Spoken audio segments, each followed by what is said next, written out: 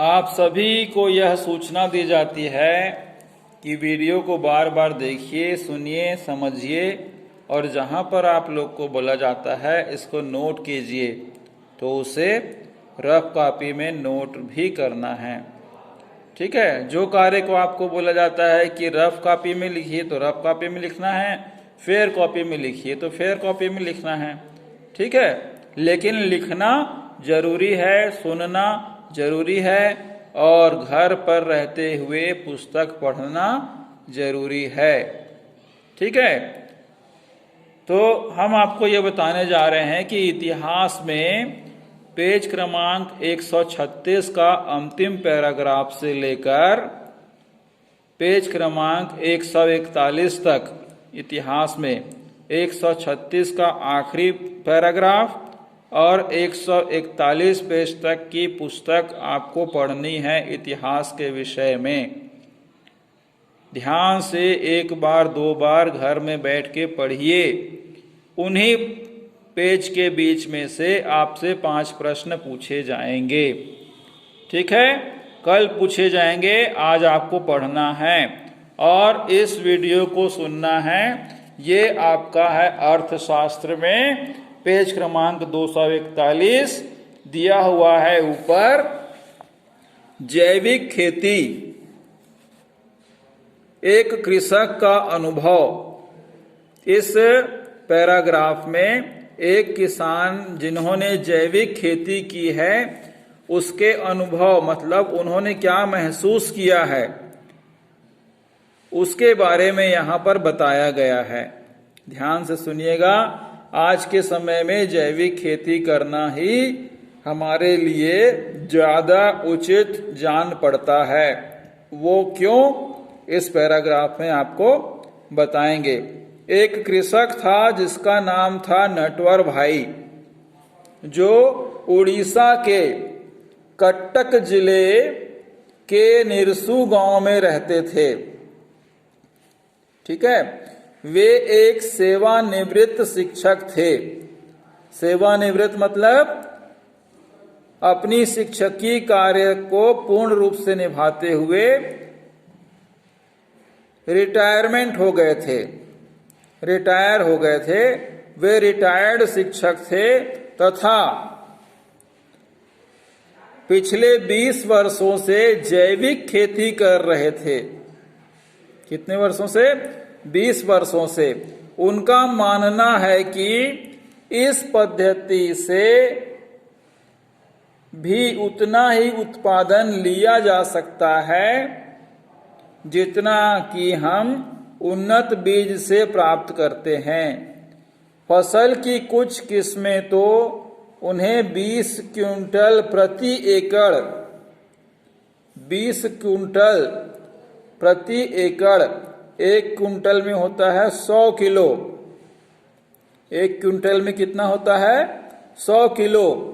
तो उन्हें कुछ किस्मों में उन्हें 20 क्विंटल प्रति एकड़ उत्पादन उपलब्ध कराती है। वे रासायनिक खाद और कीटनाशक का बिल्कुल भी उपयोग नहीं करते हैं, जैसा कि आजकल बहुत सारे खेतों में किया जाता है। लेकिन ये जो नटवर भाई थे, उड़ीसा के कटक जिले के रहने वाले, नरिसू गांव के, उन्होंने अपने खेत में रासायनिक खाद और कीटनाशक का बिल्कुल भी उपयोग नहीं किया। कितने वर्षों से? 20 वर्षों से जैविक खेती कर रहे हैं। उनके लिए गोबर जैसी देशी खाद एवं प्राकृतिक कीटनाशक फसल के लिए पर्याप्त है। इसमें मेहनत अपेक्षाकृत अधिक लगती है पर लागत बहुत कम लगती है। कहने का अर्थ ये है कि रासायनिक खाद की अपेक्षा इसमें मेहनत थोड़ी सी ज्यादा लगती है, लेकिन लागत अर्थात पैसा खेत में कम लगाना पड़ता है। किसमें? जैविक खेती में। चलिए आगे क्या बता रहा है देखिएगा। नटवर भाई पहले अन्य कृषकों के जैसे ही थे और वे रासायनिक खाद व कीटनाशक का खूब उपयोग करते थे। ठीक है। एक दिन उन्होंने एक मजदूर को कीटनाशक अपने खेत में छिड़कते हुए देखा। क्या देखा उन्होंने? एक मजदूर को अपने खेत में कीटनाशक छिड़कते हुए देखा। वह मजदूर कीटनाशक छिड़कते समय बेहोश होकर खेत पर गिर गया और उसे तुरंत अस्पताल ले जाना पड़ा। ठीक है।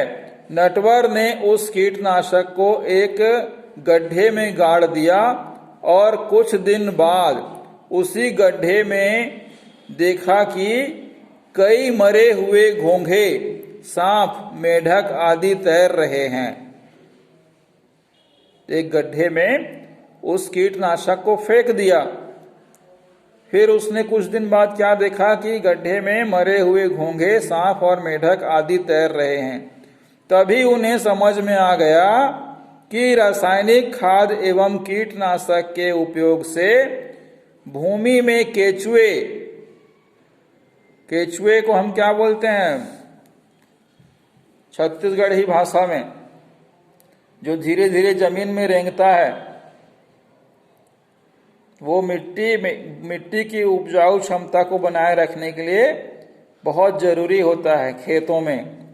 अन्य सूक्ष्म जीव, कीटनाशकों के उपयोग से, रासायनिक खाद के उपयोग से भूमि में केचुए एवं अन्य सूक्ष्म जीव बुरी तरह से प्रभावित हुए हैं।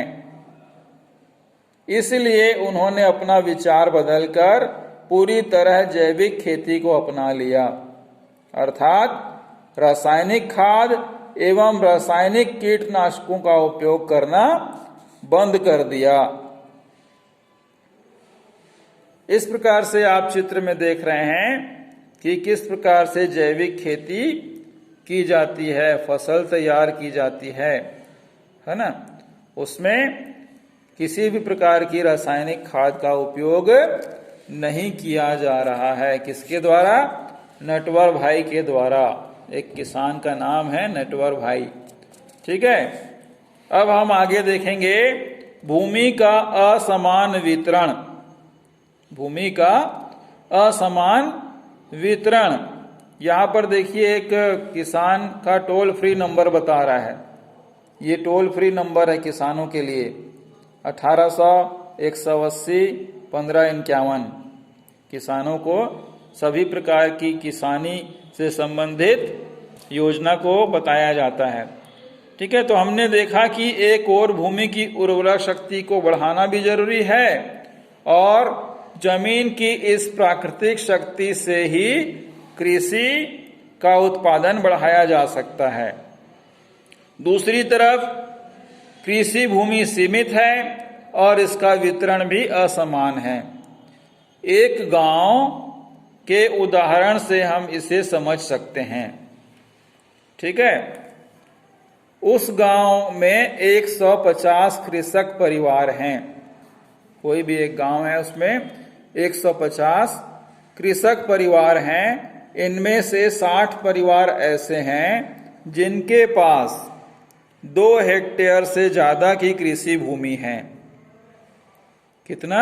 2 हेक्टेयर से ज्यादा की कृषि भूमि है। 1 हेक्टेयर में करीब करीब 2.5 एकड़ होता है। कितना? 2.5 एकड़ का 1 हेक्टेयर लगभग होता है। तो यहां पर क्या बता रहा है कि 60 परिवार ऐसे हैं जिनके पास भूमि जो है वो है 5 एकड़ से ज्यादा। ये मध्यम एवं बड़े किसान हैं। मध्यम एवं बड़े किसान हैं। 240 परिवार ऐसे हैं जो छोटे किसान हैं, अर्थात इनके पास 2 हेक्टेयर से कम भूमि है। परिवार में पीढ़ी दर पीढ़ी उसी भूमि के बंटवारे के चलते सभी लोग कृषि के जरिए रोजगार नहीं मिल पा रहा है। जैसे जैसे परिवार बढ़ता जा रहा है वैसे वैसे क्या होता है, भूमि का बंटवारा भी बढ़ते जाता है और कृषि में उस हिसाब से रोजगार नहीं मिल पा रहा है।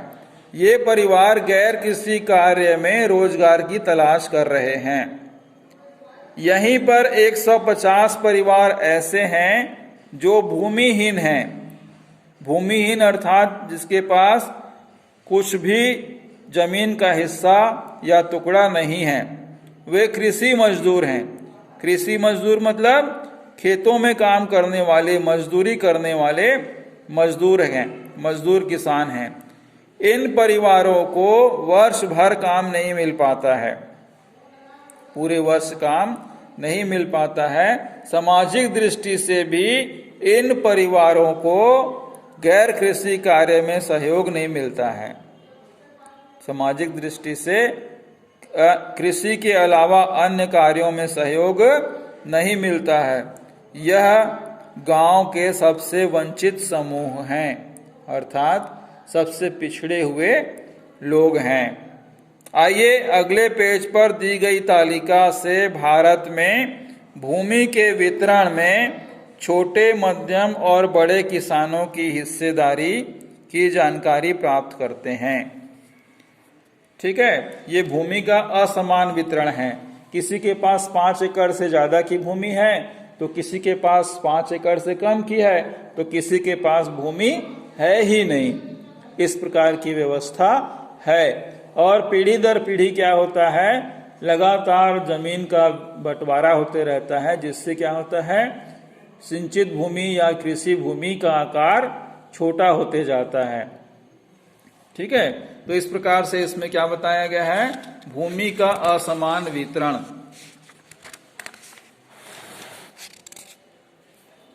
देखिए इसमें बताया गया है किसान के बारे में, छोटे किसान, मध्यम और बड़े किसान।